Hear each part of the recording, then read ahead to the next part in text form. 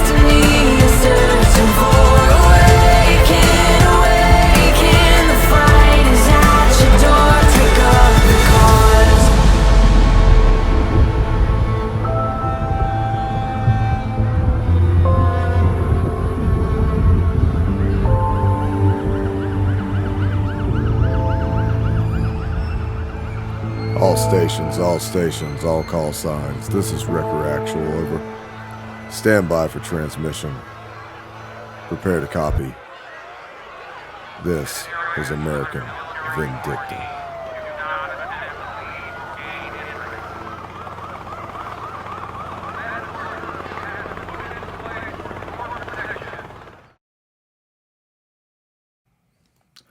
Good afternoon, ladies and gentlemen. This is Doug Thornton with the American Vindictive Show.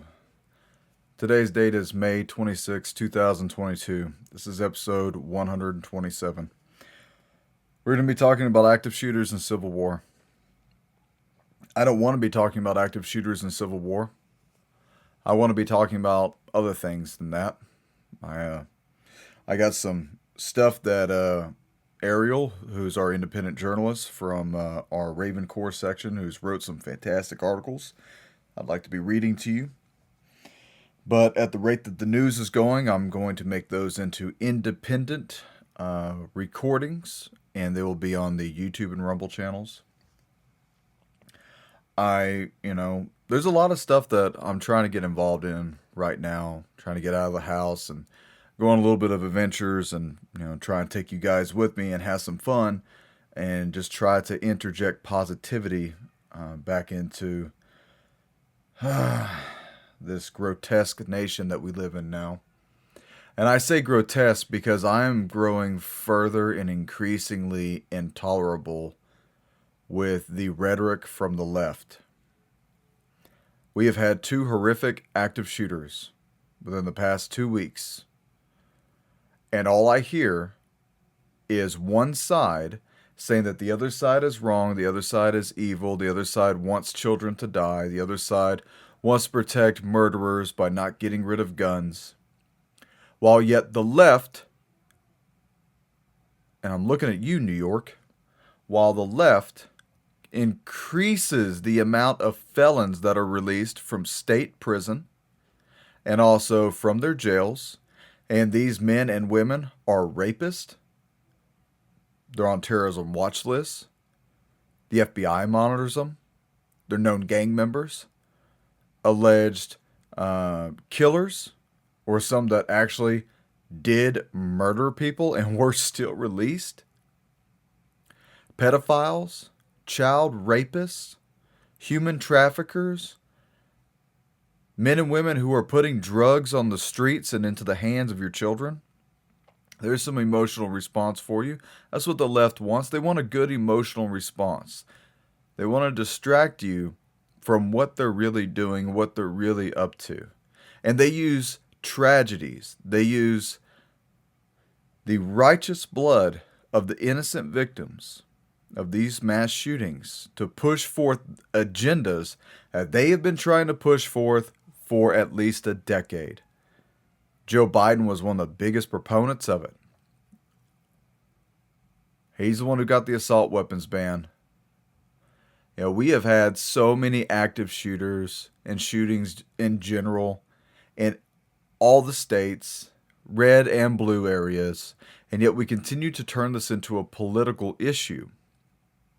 Do you know, in ancient history, when within the kingdoms of Europe, and this would be ancient Europe, when there was riots, when people were being oppressed by outside forces, what would happen is the kingdom would be forced to send their knights or armed militias accompanied by knights or other members of the king's armies, and they would go and fight back whatever terrorism or attacks were happening around the empire's people.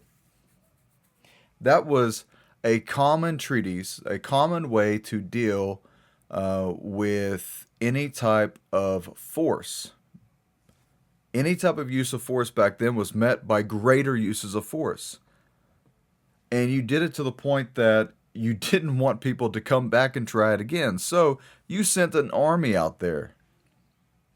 The problem with all this is that the more we advance as a society, quote, advance as a society, the more we slip and fall upon our morals and our predispositions, the more we think that we have the high ground intellectually, and the more we learn to put the sword down, we tell ourselves, we lie to ourselves that we are safer, that the men who carry the weapons are both evil and good. It just depends on what time of the day it is. I've been reading a lot, and my many of you listeners have been sending me stuff, and it's horrific what happened in Uvalde, and it's growing more horrific the more I'm being updated. And there are plenty of videos that are being shown, don't know full context, but it's bad enough, of law enforcement that's not allowing parents to go to the school supposedly while the active shooter was still in the school. Now, I've seen anywhere between 30 minutes and 90 minutes where law enforcement was standing outside of the school and not responding inwards into the active shooter. I am under the assumption that Border Patrol agents responded. The Border Patrol Tactical Operations team, I've worked in conjunction with every single one of their teams.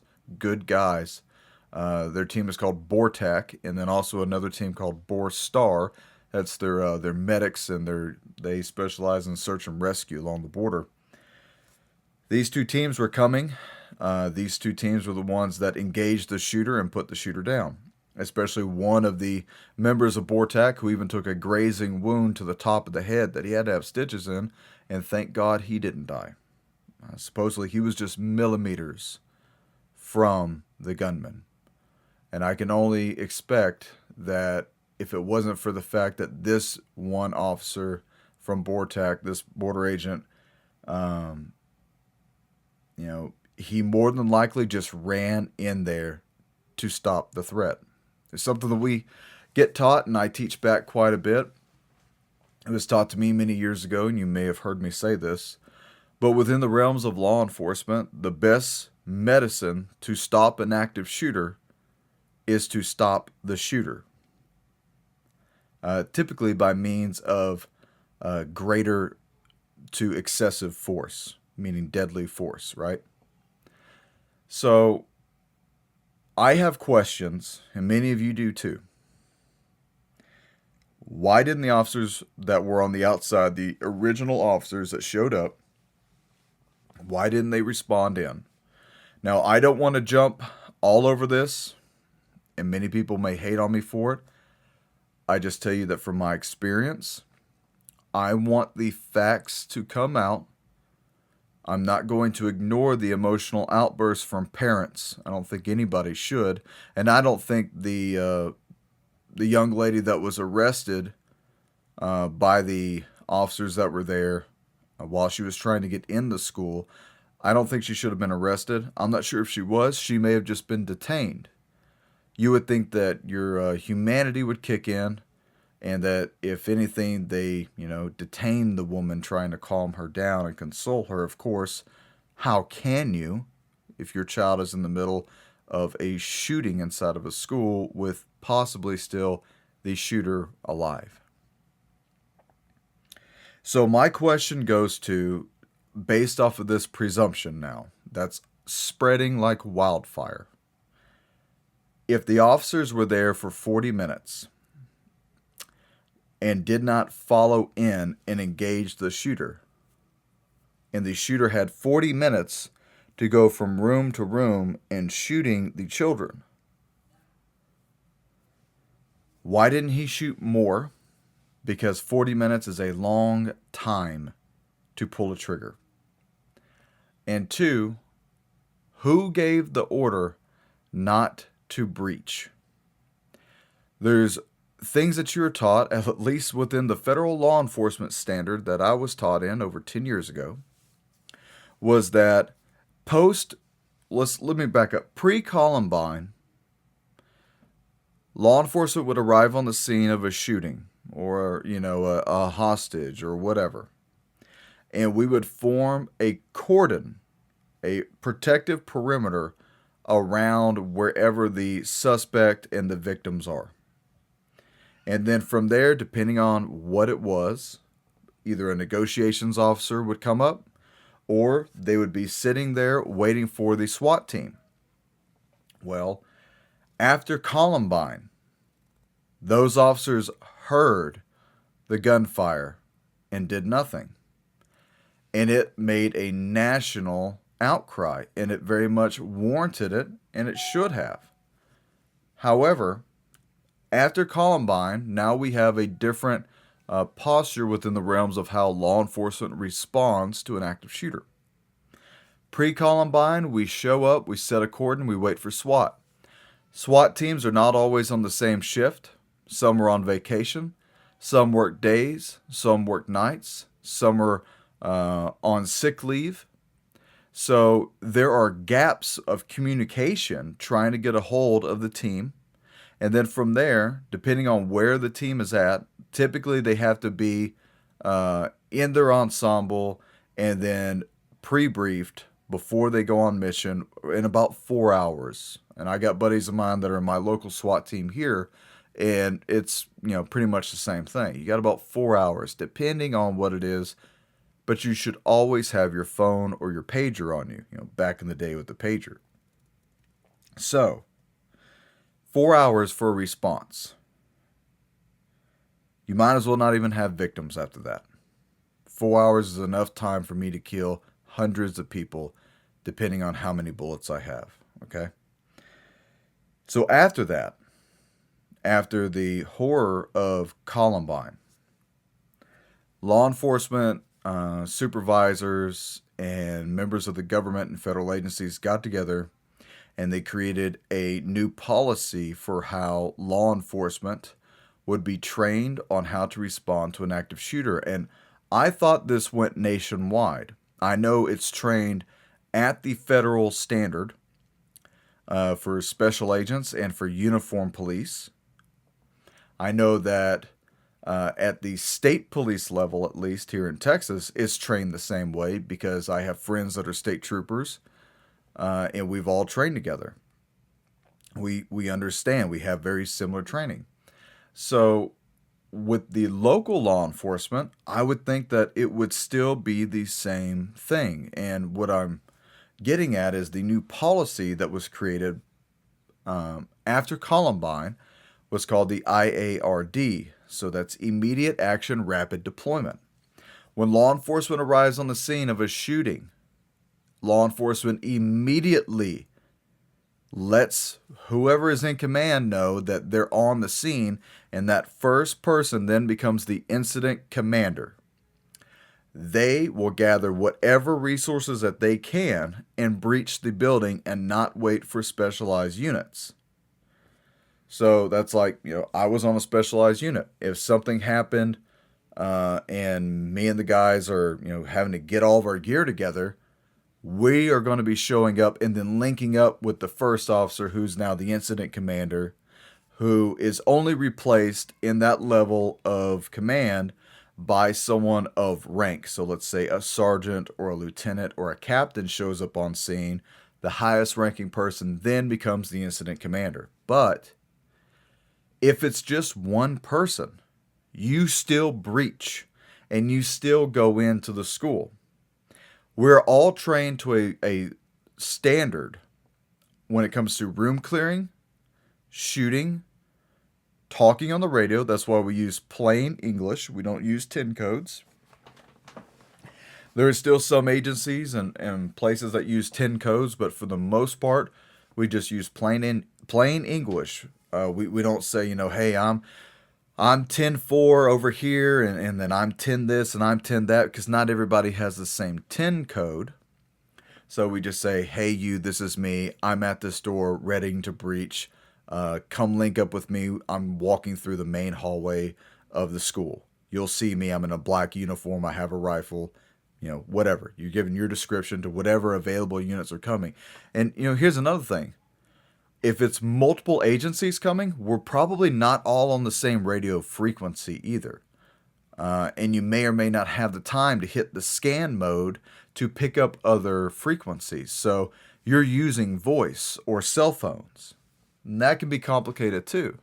And what's supposed to happen,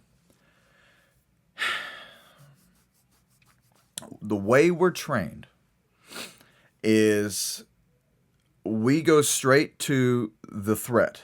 So let's take Uvalde for a second.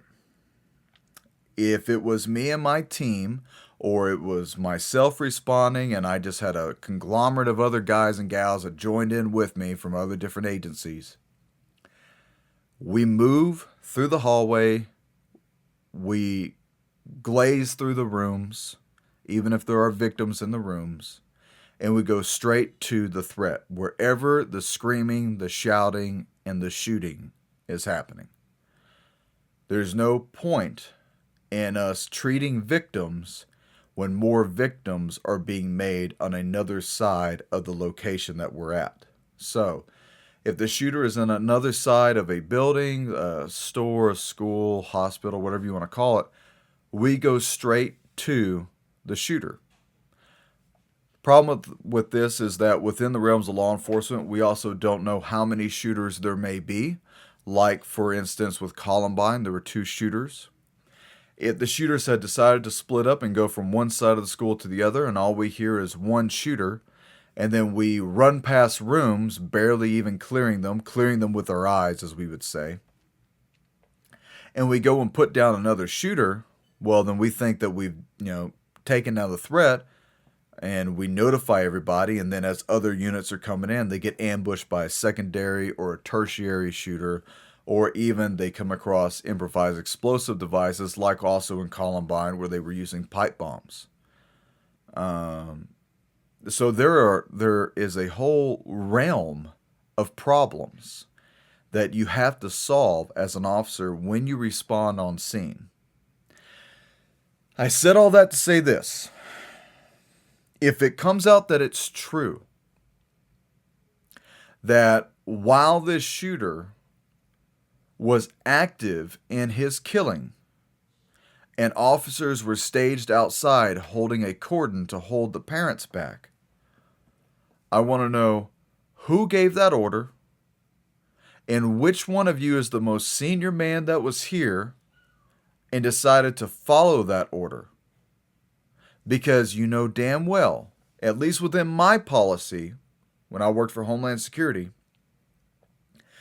our policy was you shall respond to the active shooter of distances up to 100 miles away from your location. So if there is an active shooter over 2 hours away, I have the right, by my policy, by my agency, to respond. So that means that there could have been units coming from San Antonio to Uvalde, which is about 2 hours, maybe a little less. And there were units from all over. BORTAC showed up.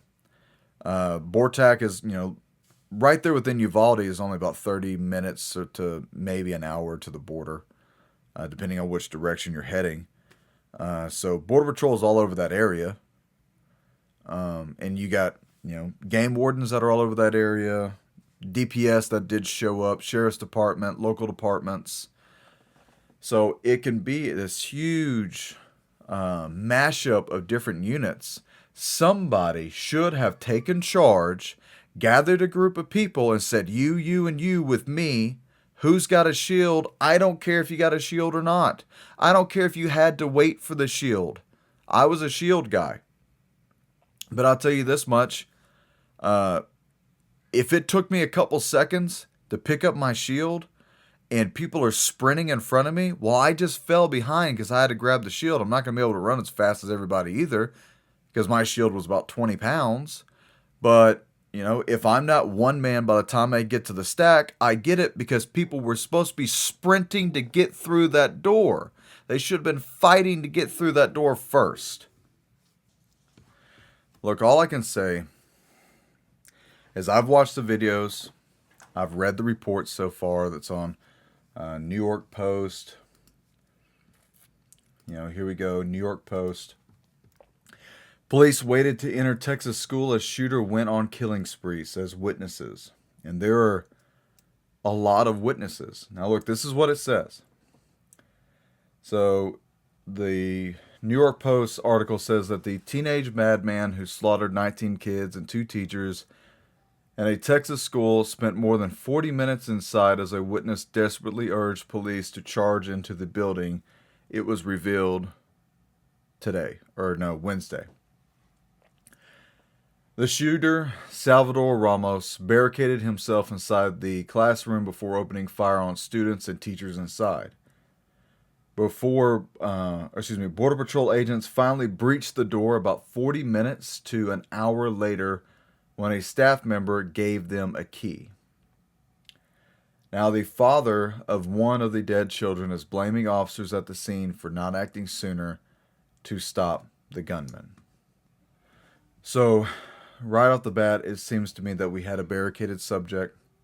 Depending on policies for different agencies and your level of training, a barricaded subject would be someone that you would just sit on that room, not do anything, wait for a negotiator or try to talk them down, try to gain as much information from the subject as possible. While also you should have other units maneuvering around to any available access that would allow the penetration of a bullet towards the shooter.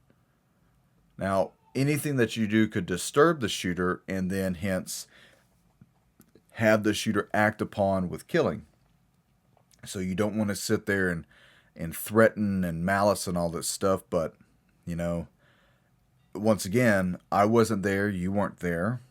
So we have to just, play this what if game. So I just asked myself, what kind of room was it? Was there access from the exterior of the building with windows that officers could have got a better shot at or the ability to breach? Was the door most likely a steel hollow door, which would allow the officers to breach, yes or no? How hard would it have been for the officers to have breached the door? So, if there's a bunch of officers on the outside where the parents are, and they're on that perimeter, the perimeter security, and they're holding back family members that are trying to pick up their children or there to, try and obviously respond to what's going on. The reason why you wouldn't want them in is because while there's an active shooter happening, Law enforcement is focused on putting down the threat. You introduce more people into this facility that are running around and screaming, acting frantic. You can distract law enforcement, and at that point in time, you could cause other tragedies, or even the worst tragedy would be you run up on law enforcement and then are shot because law enforcement, as I said, does not always know how many shooters are in the building. And there's plenty of case files that you can pull up where law enforcement is ambushed. They thought they were dealing with one person, ended up being two. Or where law enforcement shows up to an active shooter that was two people, and the reports coming into 911 was that it was one shooter, then it was two shooters, then it was three shooters, and the first shooter was white, and then the second shooter was black, and then another person will call in and say that all three shooters are men the size of NFL linebackers in full tactical gear. And then you'll have another person say, no, it was one shooter and a female. And I'm talking about an incident that happened in California that was actually a domestic terrorist incident between a man and his wife at a Christmas party at a business. So we don't always trust what we hear. We do our best to see and evaluate as we go into a scene. You gather as much knowledge and information as possible, obviously. But, you don't always trust what everybody says. However, that all being said, once again, why didn't they go in if this article is true, right? I don't want to be jumping all over this. I know there's already law enforcement that is talking about this right now. I know it is very distressing. And it is. And I'm very upset about it, especially being that I loved being a law enforcement officer, and it was one of the things that I hated having to leave that career. I could not imagine what these parents felt, and unless you were there, neither can you. And I think one of the worst things that we can do is get onto online chat rooms and then talk about our emotional responses to this situation when we don't know the totality of the circumstances yet. Let the full investigation come out. We're already dealing with a tragedy, and the left is already trying to spin people up. There's already been more things happening. I'm going to get off the Uvalde shooter because it's quite contested right now. I just want to give you my 2 thoughts, or my 2 cents on this thought for what active shooters are, how law enforcement responds, some of the things that we view and we look at. By the way, just to let you know, if you ever are involved in an active shooter, there are 3 things that we suggest people to do: run, hide, and fight. Okay? Don't worry about your cell phone. Don't worry about your purse. Don't worry about your backpack. You can come back and gather your effects later. It would be a stupid thing to die over. If there's an active shooter within your vicinity, dial 911 and run. If you are up close and personal to an active shooter, my best advice to you is to fight the shooter until that person stops becoming a threat to you. That is my professional advice. If you don't, you could become a victim. You could still become a victim. But at least you put your life back in your own hands.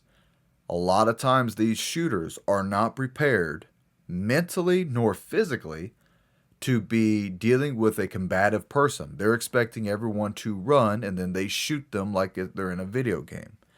Especially these kids. I think video games are one of the things that actually is starting to train these younger shooters. Now, you can get training from video games. The military uses it. It puts that mindset into kids, and they think that it is a video game and life is that easy until they are face-to-face, typically with another shooter, most of the time law enforcement, and then it almost never ends their way. Or the shooter takes their own life. So, back to what I was saying. If you're ever involved in an active shooter, run, hide, fight.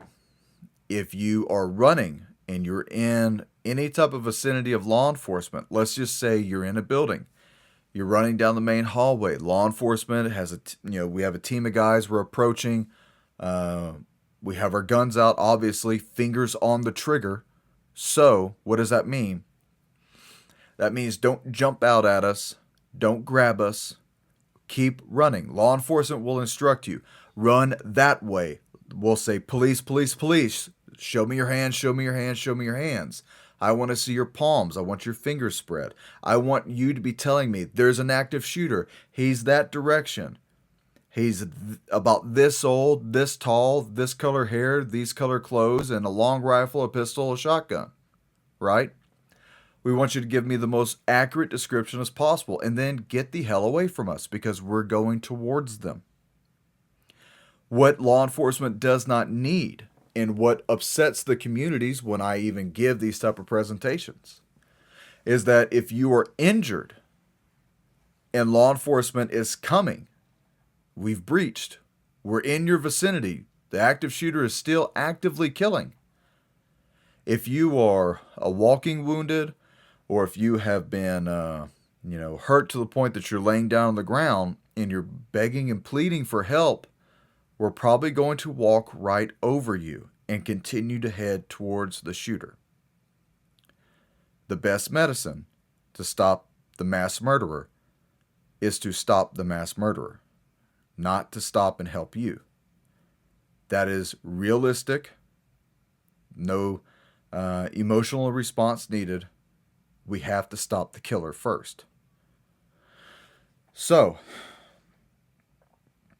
the next series of events is that as we push forward, we have to clear the scene. We have to be able to stop the shooter, assess how many victims there are, letting the incident commander know, who now most likely will be staged outside, coordinating with other different first responders for either the exterior perimeter, coordinating with the press, coordinating with fire and rescue, and also with the ambulances and ambulance service, and then also letting whatever hospitals know, prepare for a mass shooter. You're going to be getting however many bodies we're sending to you. Get your staff prepared.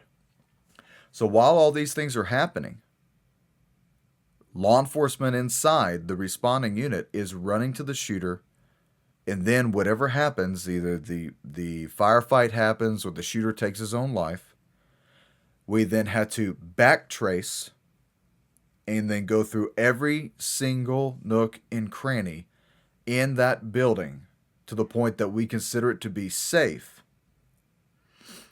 And that means we have to go back to every single room, make sure there's no improvised explosive devices, make sure that there's no other shooters that are around, and then we called in the fire and rescue, and then the ambulance guys will come in, the EMS. Sometimes, depending on what's happening, like if it's a first or second story, then that takes a really long time, a very long time to clear story by story.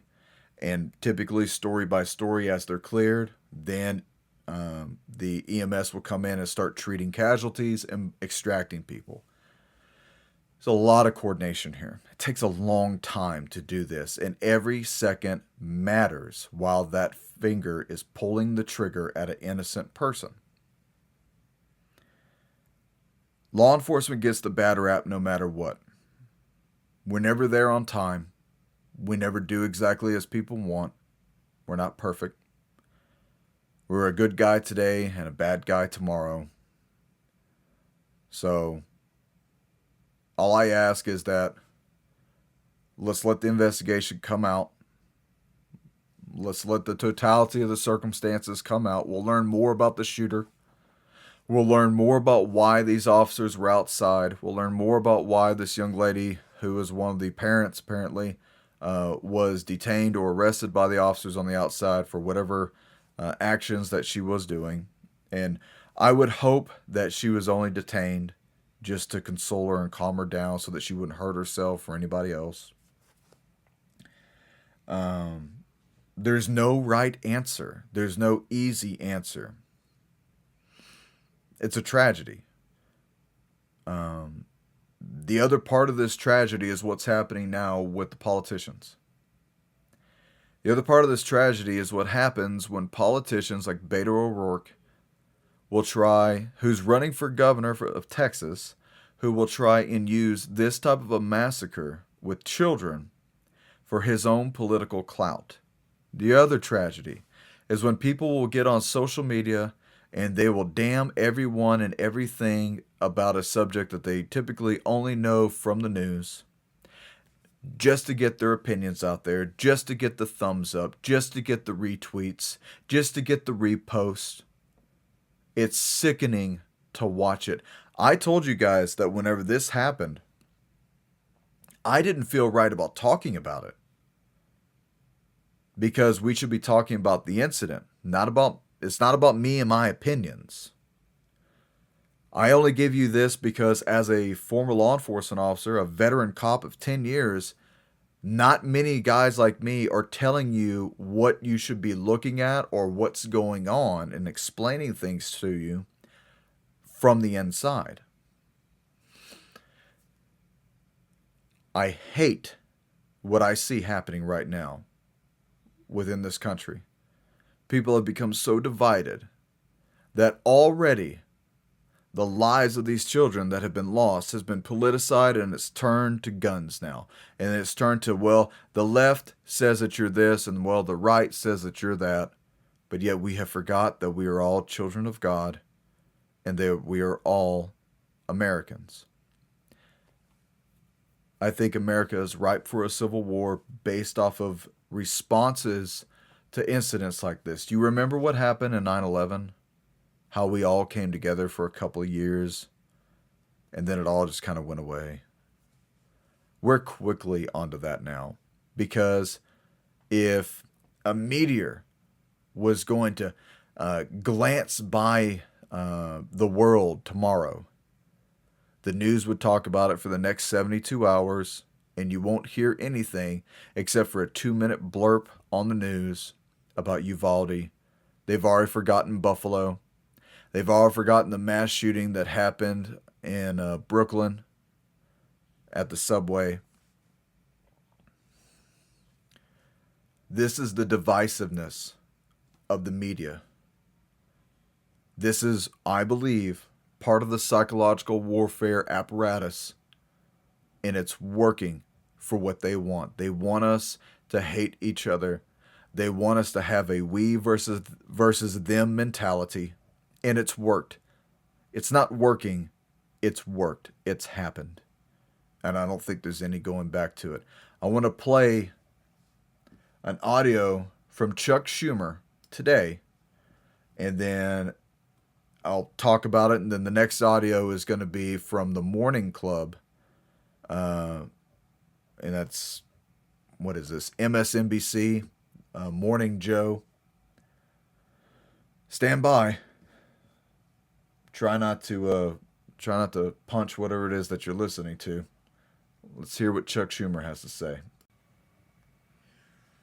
Madam President, today the Senate will have a chance to act on a pernicious issue that has recently become an increasingly prevalent component in America's gun violence epidemic: the evil spread of white supremacy and domestic terrorism. In the past 2 weeks, the United States has endured two of the most traumatic mass shootings that we have seen in recent history. In my home state of New York, in the beloved city of Buffalo, 10 black Americans were gunned down in broad daylight by a white supremacist, armed with an AR-15, and whose mind was poisoned by online conspiracies, white supremacist conspiracies.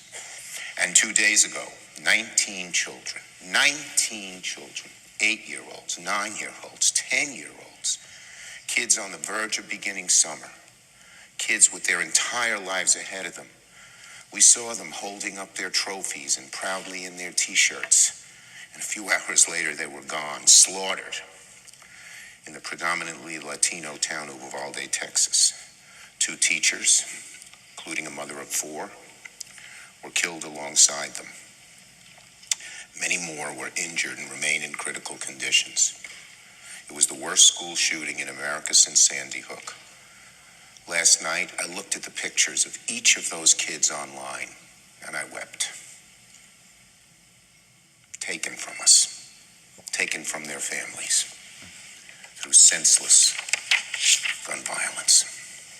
I can't stop thinking about the parents, too, who lost their kids. I can't stop imagining the paralyzing horror of being one of the parents showing up to the school after the shooting, wondering where their kid was, the anxiety that will live with these parents forever. Forced to wait hours before a DNA test confirmed that their son or daughter was gone. I cannot imagine a hell worse than that. And these families, my colleagues, don't want thoughts and prayers. They want their elected leaders to respond to their suffering. They don't want to be lifted up. They don't want good intentions. They want something to change. They want results. Yet, the MAGA Republicans don't want to get to results. They are ossified in their opposition to any action on gun safety. No matter the cause of violence and no matter the cost on the families, nothing seems to move them. Yesterday, after Beto O'Rourke confronted Texas Governor Abbott's press conference, the MAGA governor gave some empty platitudes about healing and hope. He asked people to put their agendas aside and think about someone other than themselves. My God, how dare he? What an absolute fraud the governor of Texas is. And this is the same Governor Abbott who tomorrow, will go speak at the NRA convention in Houston.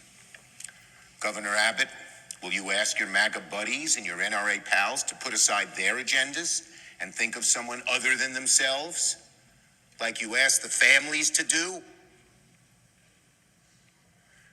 Will you ask the gun manufacturing reps who will swarm over the NRA convention to put aside their agendas and think about someone other than themselves? Of course not. The Governor Abbott, is more likely to outline some new plan to further loosen gun restrictions. No amount of bloodshed seems to be enough for MAGA Republicans.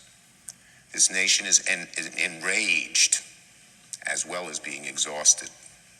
It's been through this over and over and over again over the last two decades. People are sick of mourning again and again while listening to the same string of hollow words from the MAGA Republicans that never lead to action. So, Madam President, in a few moments, the Senate will have a chance to vote on one important cause of gun violence. The legislation before the Senate today is the Domestic Terrorism Protection Act, which I scheduled for a vote earlier this week, before what happened in Uvalde occurred. It was done to respond to the massacre at a supermarket in Buffalo. The bill is so important because the mass shooting in Buffalo was an act of domestic terrorism. We need to call it what it is, domestic terrorism. It was So there's Chuck Schumer politicizing events while there's still bloodstains in the school. And he wants to talk about how he wants to take your guns. He wants to talk about how it's the MAGA country and the Republicans' fault. How it's Greg Abbott's fault. And that Beto O'Rourke is some kind of a hero. The divisiveness, the callousness of the men and women that run our country. It is exactly the reason why our country is being ran into the ground. We have a millstone above our heads right now. And God is just waiting to send it. And it's because of men and women like Chuck Schumer, inhuman with his comments. And this man claims to be a Christian. I rebuke you in the name of Christ. I wish this man would just go away. Shut your face and go away. You help no one. You hurt everything. Nothing that you say is American, patriotic, or worth listening to, Chuck. Shut your face and go away. But he won't. This man makes too much money to go away. Up until the point that he's almost 80, he'll still be running for office. Because of greed, of course. Speaking of greed, malice. Listen to what these idiots at MSNBC say.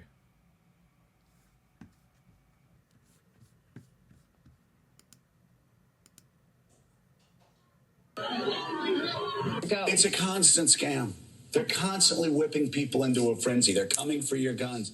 And they preach, and we saw it during COVID. There's this hyper toxic individuality that has risen over the past 20 years.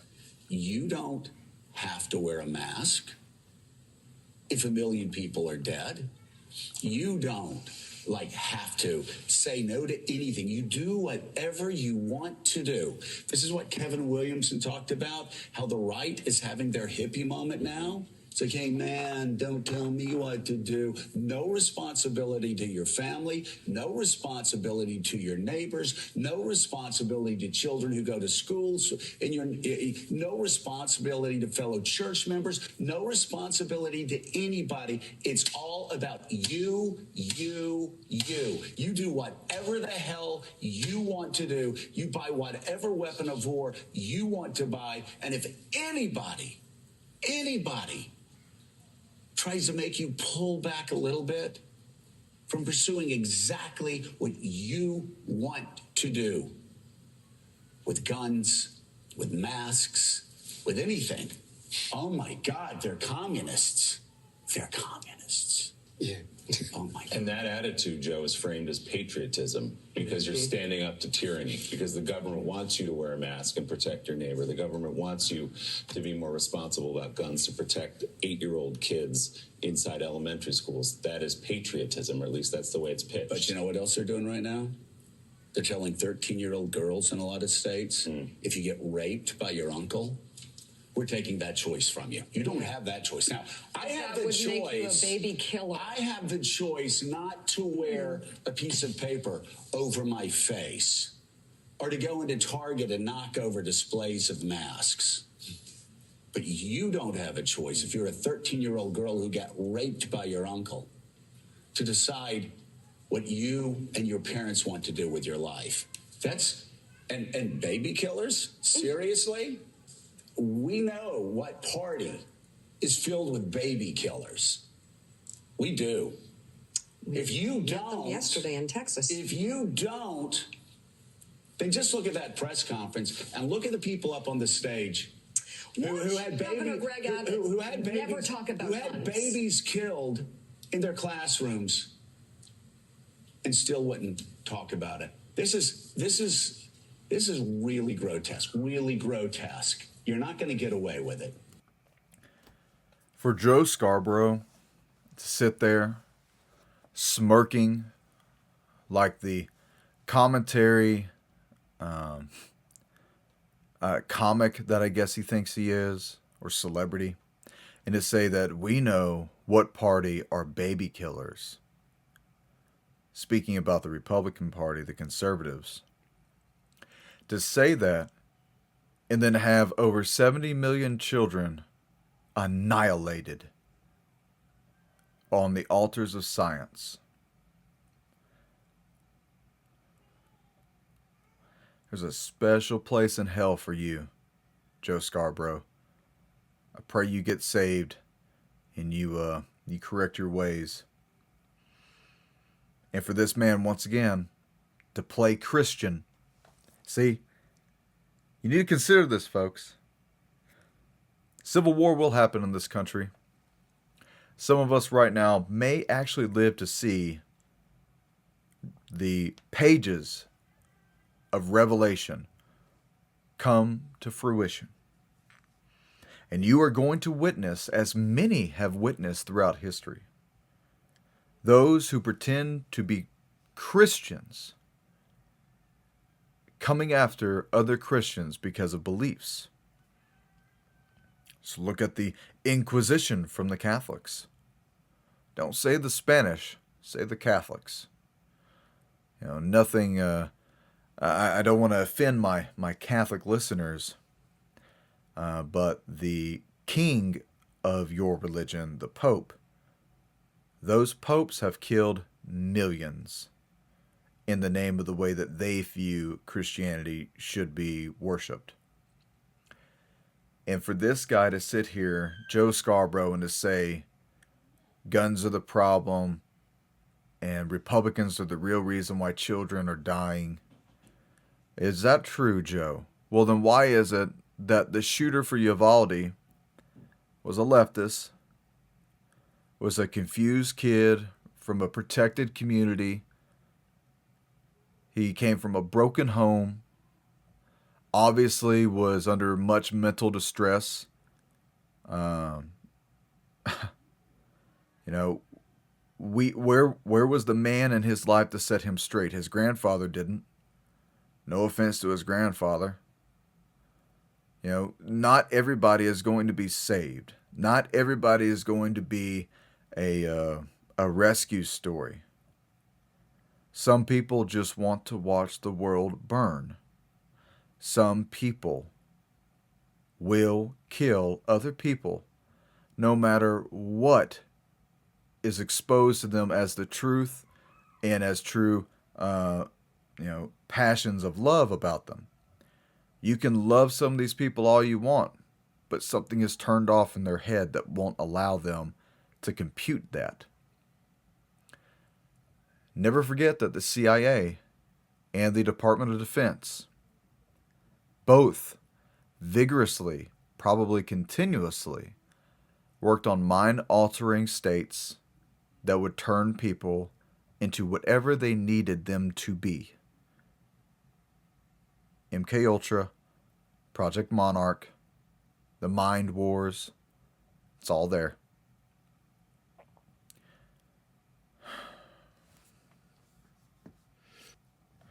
Before I close this out, I just want you to know you need to keep situational awareness at all times. Beware of the copycat killer. This is a phenomena that we can't really explain, but it's always there.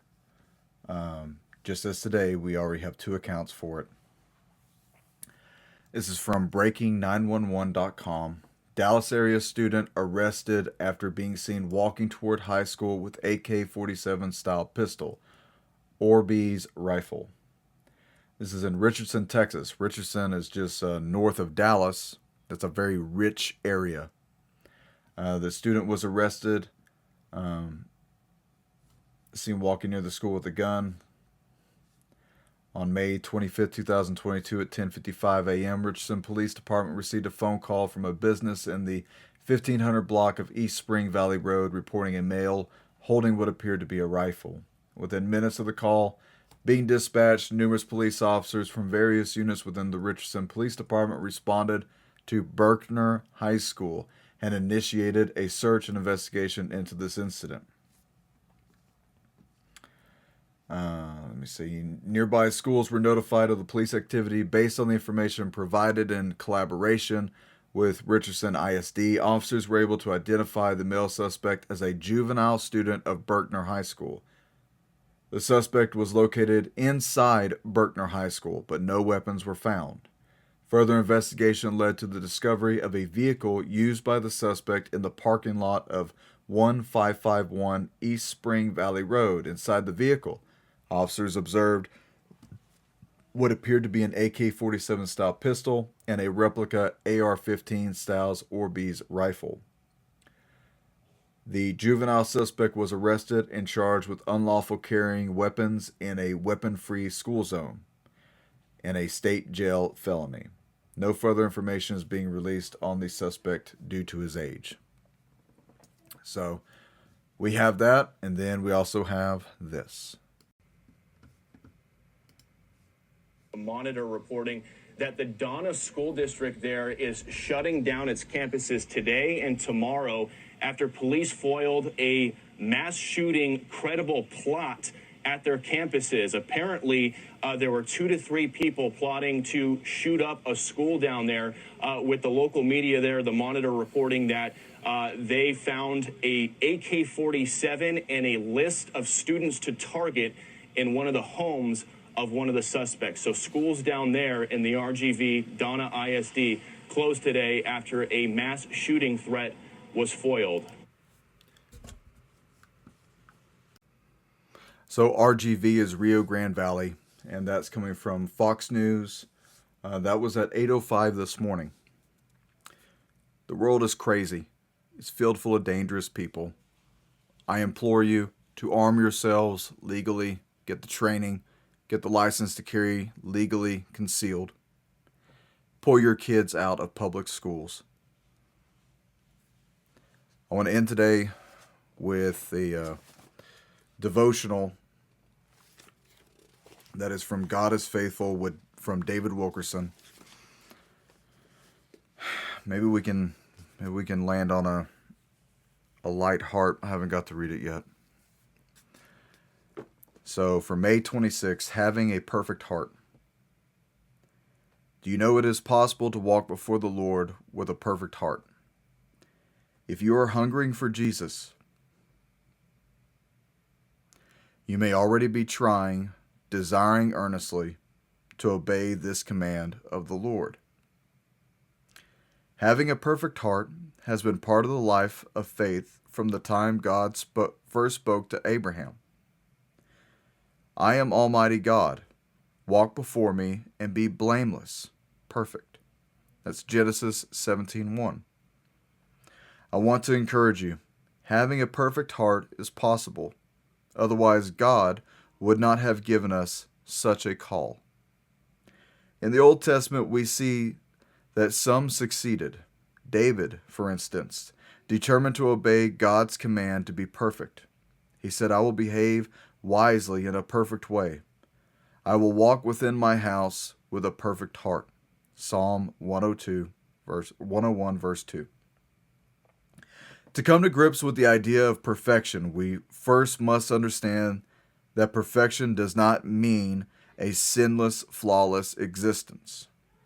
Perfection in the Lord's eyes is something entirely different. It means having completeness and maturity. The Hebrew meanings of perfection include uprightness, having neither spot nor blemish, being totally obedient. It means to finish what has been started, to make a complete performance. John Wesley called this concept of perfection constant obedience. That is, a perfect heart is a responsive heart, one that answers quickly and totally all of God's wooing, whispering, and warning. Such a heart says at all times, "Speak, Lord, for your servant is listening. Show me the path, and I will walk in it." The perfect heart cries out with David, "Search me, O God, and know my heart." Psalm 139, verse 23. God does indeed search our hearts. I, the Lord, search the heart. Jeremiah 17:10. The perfect heart seeks to be in God's presence always, to dwell in communion, talking with the Lord, sharing sweet fellowship with Him, seeking His face and knowing His presence in our daily walk. Ask in faith for this kind of heart today. I really pray that we have more men and women seeking God, not only for discernment and protection, but to have a perfect heart so that we may love one another as Jesus commanded us to. Maybe then all this hatefulness and evil would stop. But we know that it won't. So be prepared. Don't be a fool. Don't take your life for granted. Get outside, have fun. Live out your life. Fill it with love and happiness and joy. May God keep you and protect you. My name's Doug Thornton. You've been listening to American Vindicta. I'm out of here.